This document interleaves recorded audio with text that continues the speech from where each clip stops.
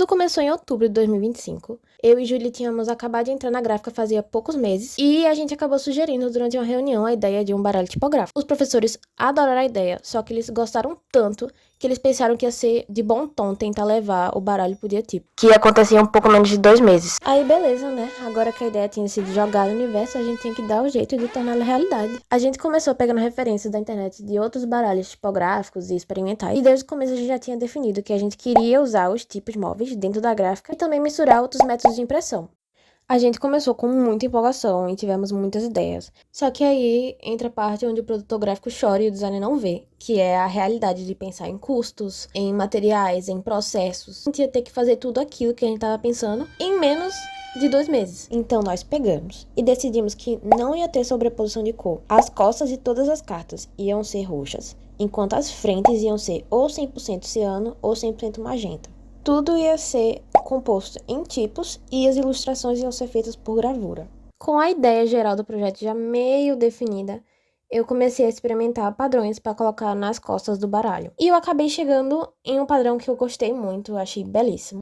Então eu peguei e montei uma carta pra ver como ficaria. E ela ficou linda, maravilhosa. Então eu comecei a compor as outras 3 cartas pra poder imprimir as 4 simultaneamente. Só que quando eu fui fazer isso, a gente descobriu: não tem mais tipos. Acabaram os tipos. Eu gastei todos os tipos em uma única carta. Aí recomeçou o desastre de tentar experimentar de novo, de testar outros padrões, de ver o que seria possível com os tipos que a gente tinha. Então, em um momento de profundo desespero, eu fui pedir um conselho pra Josi. E ele me falou pra colocar uma borda. Mas eu não queria colocar a borda, vai ficar horrível a borda. Eu vou odiar a borda, eu quero que a carta seja toda coberta. Eu não vou colocar, eu vou chorar.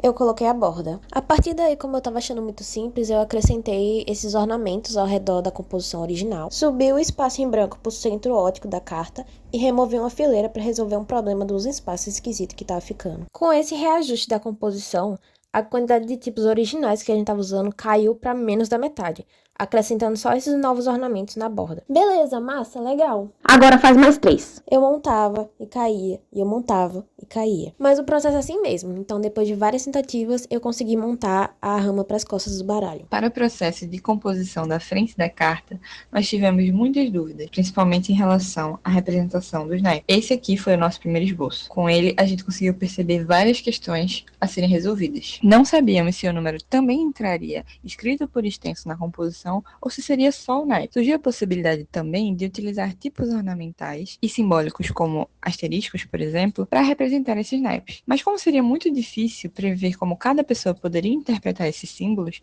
a gente decidiu descartar essa ideia. Sobre a composição do número e o naipe por extenso, percebemos 2 problemas. Primeiro, não era suficiente ter só o número e o naipe escritos por extenso sem um outro elemento, como o próprio algarismo na carta, pela dificuldade das pessoas perceberem que aquilo é uma carta de baralho.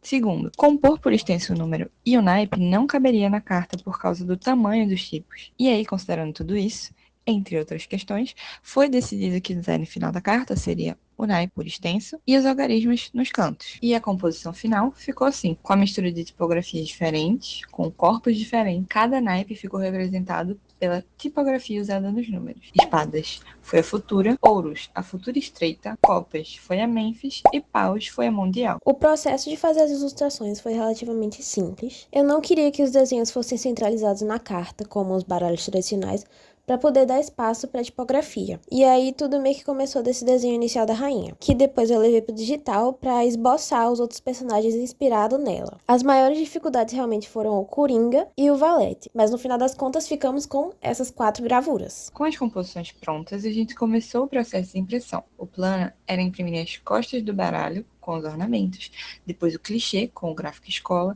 depois a frente magenta e depois ciano. Em seguida, cortar as cartas e bater as gravuras por último. Mas, como não se pode ter tudo, depois de imprimir todas as costas e muitas frentes, a gente percebeu que estava saindo desalinhado. Depois de entrar em desespero com o prazo, já que faltavam 15 dias pro evento. a gente selecionou as cartas que ainda podiam ser usadas e resolvemos cortar todas que estavam com a frente em branco, e aí ajustá-las individualmente na Minerva para só então bater os naipes. E no meio desse caso, a gente estava batendo as gravuras carta por carta, conforme elas iam sendo impressas na Minerva. Passada essa crise, tínhamos uma semana para finalizar o baralho antes do dia tipo. Nessa semana, batemos os clichês e percebemos que não tínhamos caixa para o baralho. Então, nesse espaço de tempo, a gente pensou em alternativas para solucionar esse problema. Decidimos fazer uma cinta que resolveria o problema da falta de embalagem e nos pouparia tempo, já que não tínhamos. A gente tentou simplificar e experimentar com os naipes que a gente já tinha feito, só que na horizontal. E aí a gente usou os mesmos ornamentos do verso da carta para montar essa composição. Faltando apenas alguns dias para nosso voo, a gente finalmente finalizou o baralho. Empacotamos ele, pegamos o avião, chegamos em São Paulo,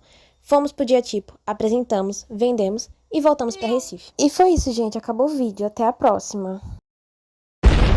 Aí começou o processo da segunda tiragem do baralho. Aprendendo com nossos erros, a gente resolveu reorganizar o processo de impressão. Então, dessa vez, iniciamos com as gravuras, para depois imprimir os clichês e as composições, que finalmente seriam impressas no magenta e no ciano. Para imprimir o magenta e o ciano, a gente começou imprimindo todas as cartas do magenta e em seguida as do ciano. No final, a gente recombinou as cartas para criar um único baralho com as duas cores. Ao total, o projeto demorou uns 5 meses, 4 meses sendo só da segunda tiragem. Foram impressas cerca de 2.600 cartas, que passaram por 4 processos de impressão e um processo de corte. Fechamos aproximadamente 42 ramas, contando tanto as composições quanto a de clichê. E cá estamos nós agora, no fim desse processo que pareceu que nunca ia acabar. Nossa meta originalmente era produzir 50 baralhos, mas devido a todos os perrengues só foi possível fazer 30, e eles são os únicos desse planeta Terra.